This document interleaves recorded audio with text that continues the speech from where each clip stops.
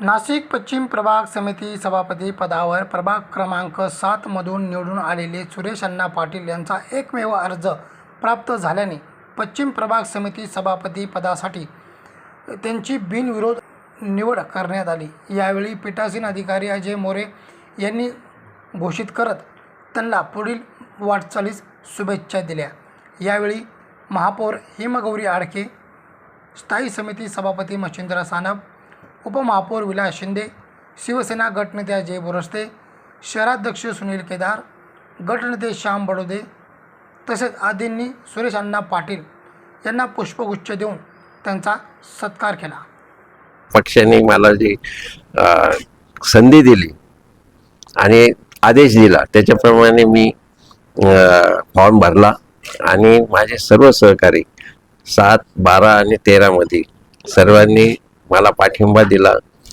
त्यामुळे सदरहू जो हा विभाग आहे पश्चिम विभाग याचं जास्तीत जास्त चांगल्या पद्धतीने आणि नियोजनबद्ध काम करू असं मी पहिल्यांदा सांगतो। आणि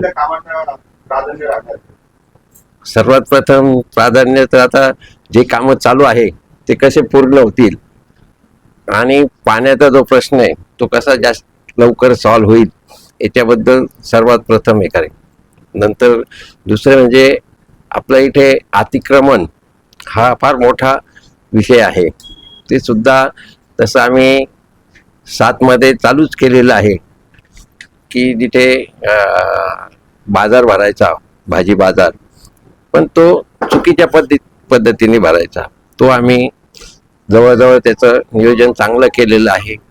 आणि जे त्या प्रभागातले लोक आहे त्यांच्यासाठी पण व्यवस्था करण्याचं आणि योग्य ठिकाणी बसून नियोजन करण्यात येईल।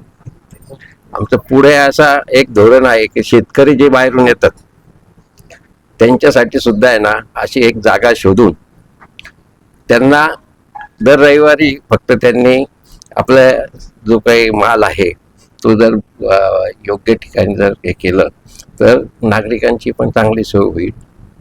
दुसरी गोष्ट म्हणजे अतिक्रमणच्या बाबतीत, अतिक्रमणमध्ये अतिशय चुकीच्या म्हणजे ज्यांना हे करायचं, व्यापार करायचा आहे तर त्यांनी जरूर करावा, पण त्याचबरोबर